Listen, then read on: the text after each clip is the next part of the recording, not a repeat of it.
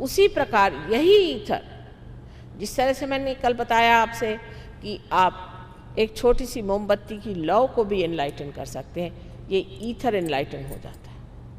और जब आप कोई बात सोचते हैं, क्योंकि आपका चित्त एनलाइटन है, तो आप जैसे कोई समझ लीजिए एक टेलीविज़न सेंटर बन गया और वहाँ से ये मैसेज गया और फौरन उसी क्षण तत्क्षण आपके पास खबर आ गई। क्या हुआ? तत्क्षण। एक बार श्री रामदास स्वामी से श्री शिवाजी महाराज ने पूछा कि कुंडलिनी के जागरण में कितना समय लगता है? उन्होंने कहा तत्क्षण। तत्क्षण एक कार्य होता है, पर किसी किसी में समय लग जाता है। उसका कारण ये कि उनका कुछ ढीला मामला है या कोई ज़्यादा ही कसा हुआ मामला है।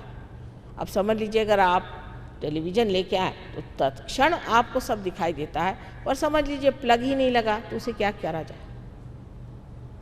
इसी प्रकार जो कुछ भी आपको जानना है वो सारा जानना आप तत्क्षण कर सकते हैं।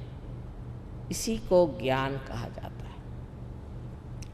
ज्ञान पुस्तकों से नहीं आता।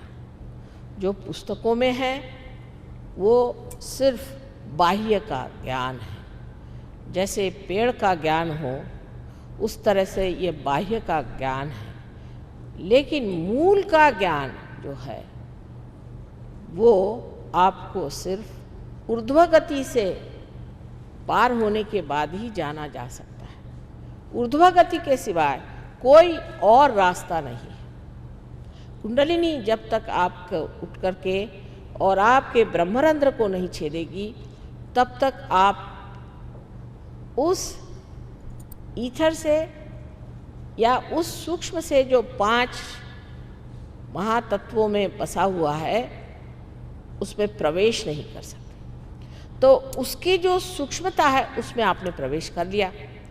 अब हर चीज़ को आप इस्तेमाल कर सकते हैं। जैसे मैं आपसे कहती हूँ कि अभी ध्यान करने